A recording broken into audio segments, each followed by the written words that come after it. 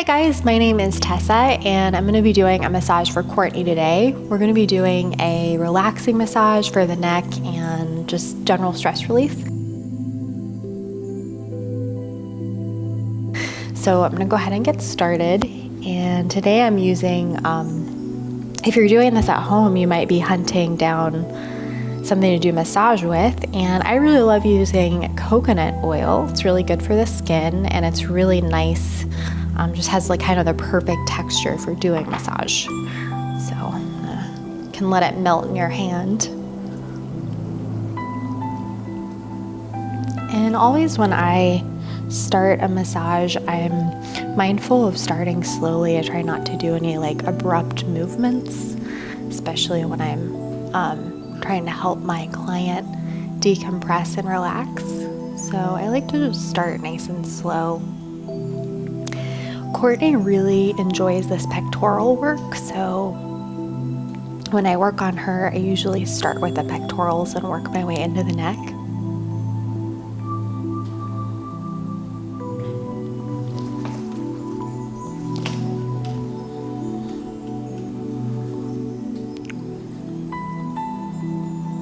And just applying,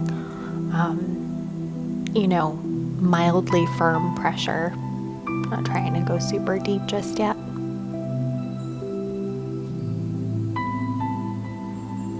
So just working my way out diagonally across these different muscles.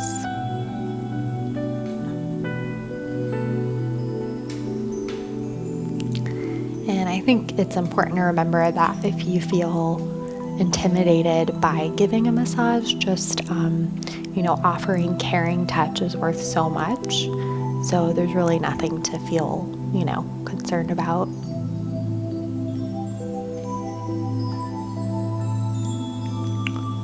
So as I work here, I'm going to start applying a little bit more pressure. Courtney doesn't like super deep, so we're just going to stick to more firm but not deep pressure.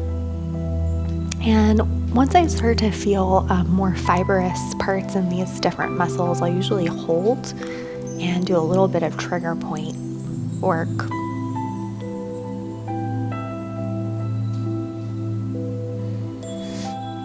And sometimes I find myself holding my breath when I'm really concentrating, and just as a body worker, you really need to remember to breathe and not tense your body too much as you work.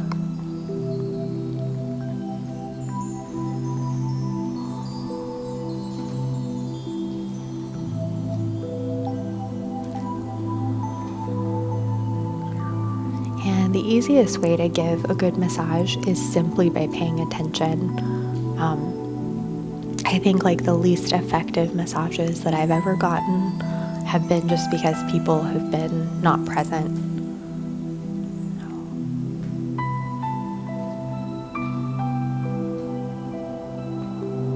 So just working my way really slowly across these different muscles.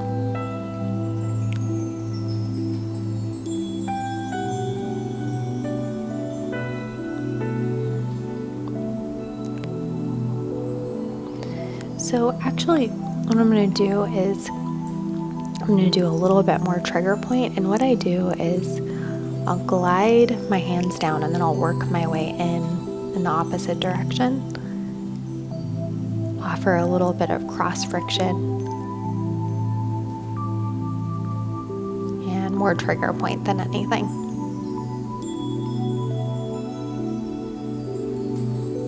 My nails are a little long right now, so just being really careful.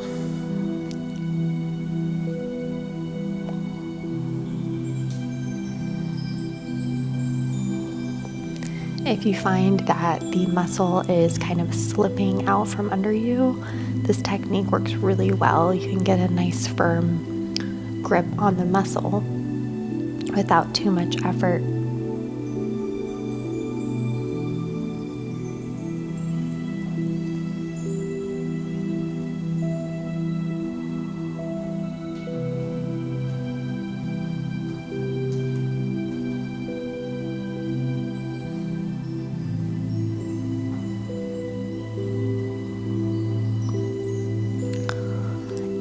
When you, as a therapist, are able to remember to breathe deeply, you kind of indirectly encourage your client to breathe deeply as well. So just being conscious of not holding my breath as I work.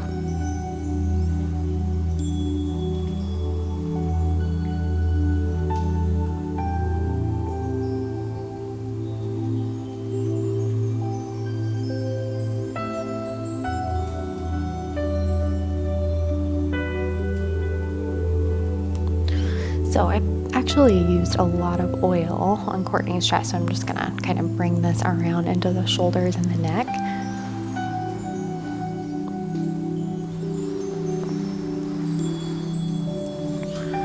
And just starting to scoop these muscles up towards the hairline.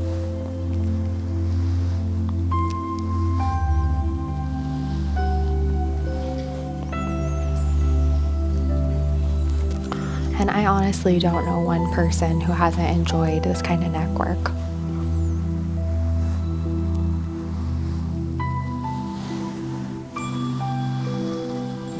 And really reaching behind the neck so I can get into that upper trap as I work my way towards the hairline. And I'll start to work my way into the sides.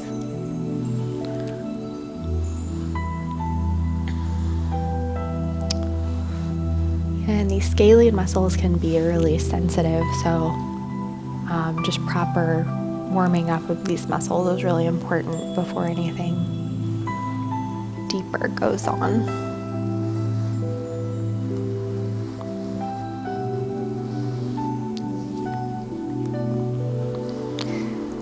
And some people would say that you should never take your hands away from your client if possible. Hands-on time is really important, but there's another side to that of self-care as a therapist. So sometimes just taking a moment, taking a breath is really healthy for you and your client. So right now I'm just doing little circles along this occipital ridge, and this takes a little while to really gain confidence working on these muscles. They're small muscles, and it takes a lot of sensitivity to really do this kind of work properly, but it's really not hard. It just takes time to feel comfortable.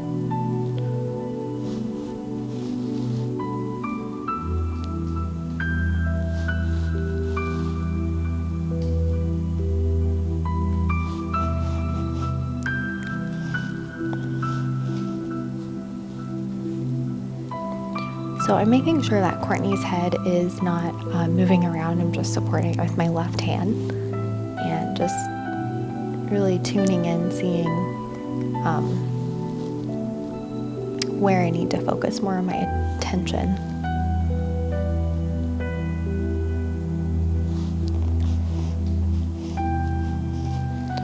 So once I feel some spots that need more work, I'll usually do trigger point in here, and I'll hold for 5 to 10 seconds if there's a spot that feels really tight.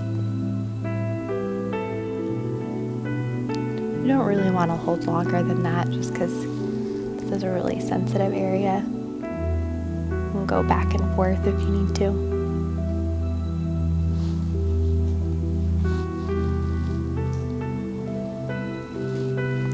You can also do trigger point in the suboccipitals. You can work your way down a little bit. I like to massage the suboccipitals in another way, so I usually work my way up and in, and I just find that's a lot more effective than trying to do trigger point in that area.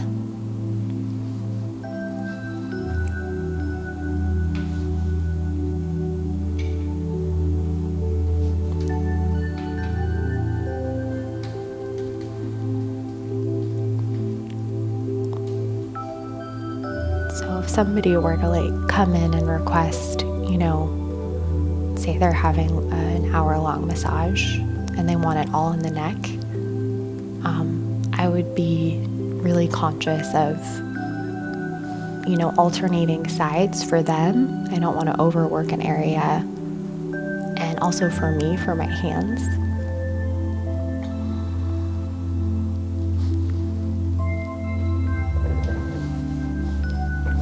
So the sequence that I'm working in, I find to be just really effective. So I always move from occipital to suboccipital and into the scalene muscles. And I find that when you start along the occipital ridge, it just kind of travels down the neck, and it's just really effective.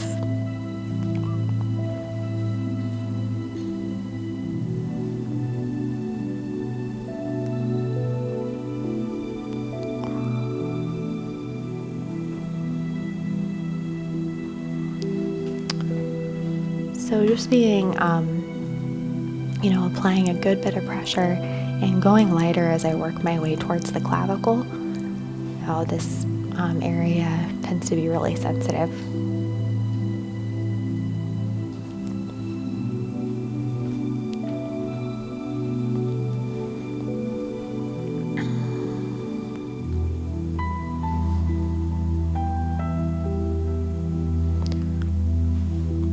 If you have a client or a friend that likes really deep work, trigger point in here or active release is really effective.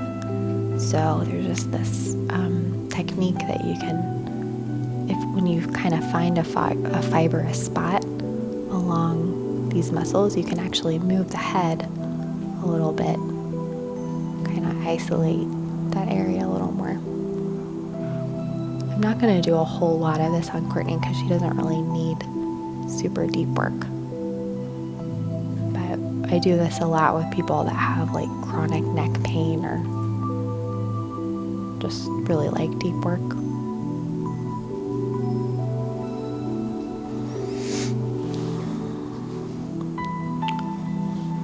And the more interesting that the massage is for you as a therapist, the more interesting it's going to feel to your client. So it's nice to have different techniques.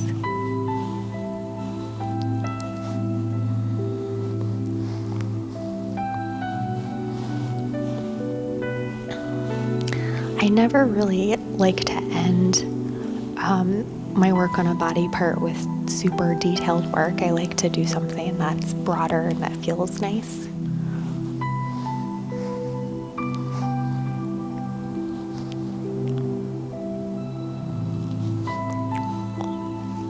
Just gonna work my way into these suboccipitals a little bit more because I noticed a little bit of tightness in there.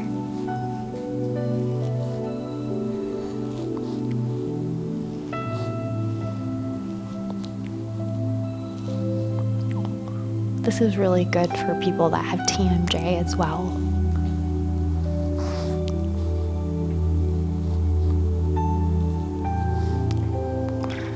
And I'm going to move to the opposite side. And it's totally normal to feel more tightness on one side. So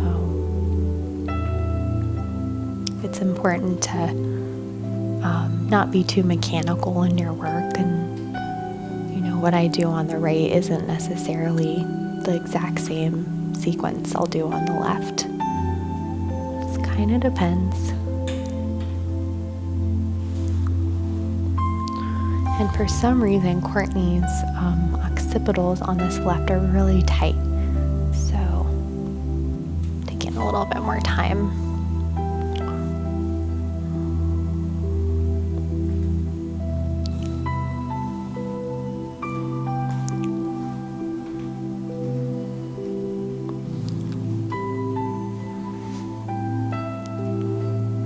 Sometimes the hardest part for me is I naturally gravitate towards really deep work. So when somebody wants, a soft tissue or medium pressure massage, it's almost harder for me. I naturally want to go really deep.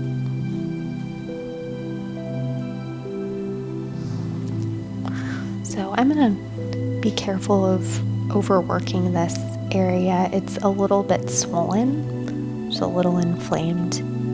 So I'm just gonna start working my way into these suboccipitals and scalene muscles. People always get scared when I say that something's a little inflamed, but it's really normal.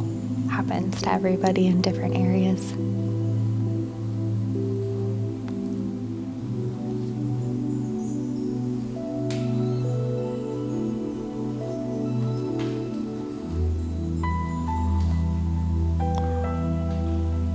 And right now I'm just kind of thinking, like, in the time that we have left, like just taking note of spots that I might need to go back to. So just being aware of time.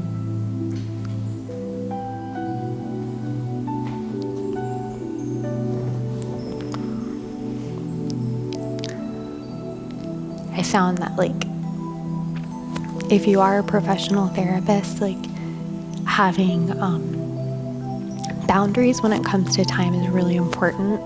So, like, really honoring the amount of time that you're giving each client and not going over time is just important.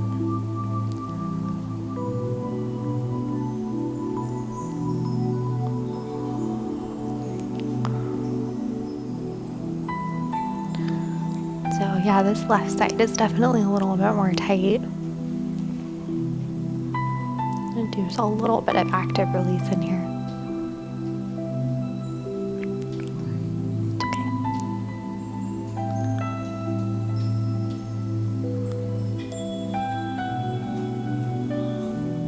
It's good to also, like, read your client. If you're working on someone that tends to be a lot more fidgety, like, maybe active release isn't as effective. So it's really about reading your client as well.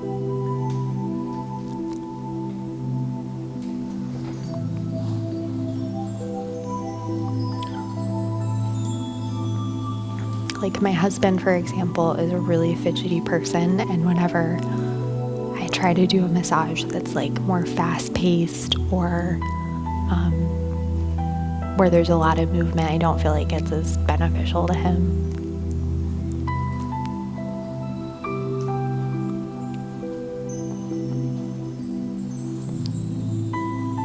So of everywhere that I have worked, Courtney's neck in this occipital area, even into her head, is a little bit swollen and just there's some congestion in there. So I'm actually going to really focus on this area a little bit more. I might go in with my thumbs, but just being careful not to overwork the area either.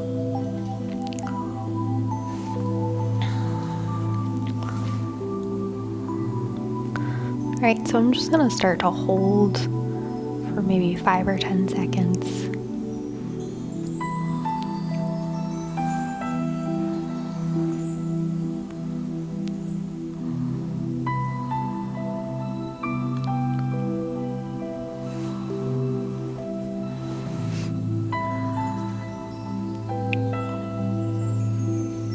And this kind of work is really good for people that have migraines or headaches. I'm going to go in with my thumb a little bit. If you want to apply a little bit more pressure, using the thumb is really effective.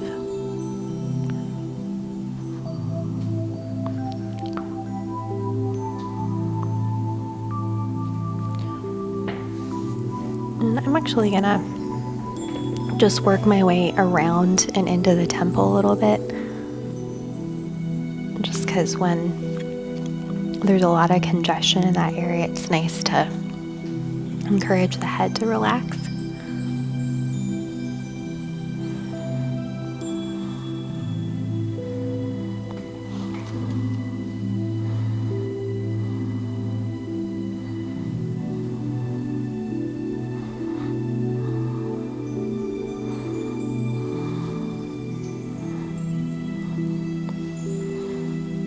Just working my way back down. And this is also another just thing you can do to not overwork this area. You can go back and forth.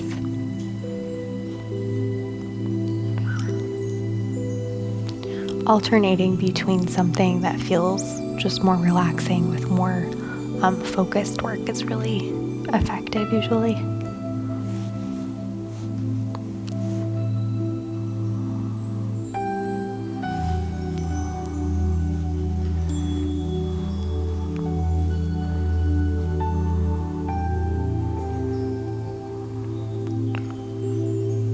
I'm doing broader circles here.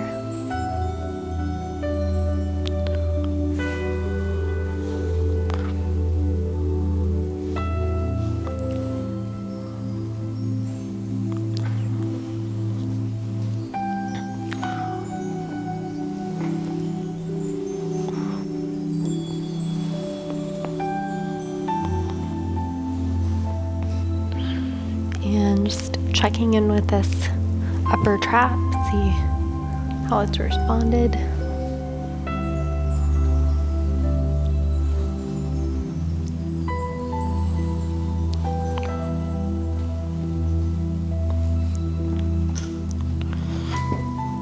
I'm just going to do a nice little stretch for Courtney's neck.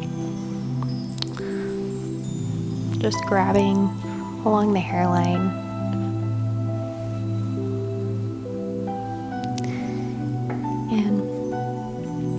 I'm really kind of OCD. Whatever I do on the left, I like to at least touch on the right. So I'm just going to work my way around the temple, giving this right side a little bit of love.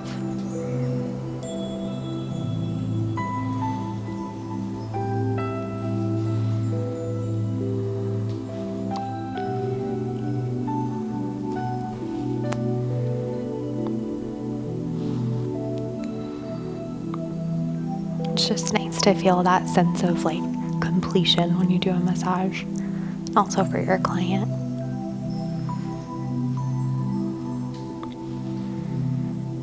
And just working my way into these temples.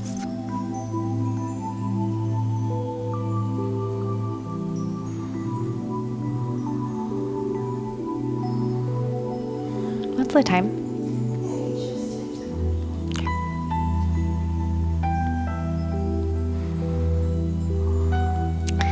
I'm just gonna end this massage with, I'm gonna hold these temples for about 10 seconds.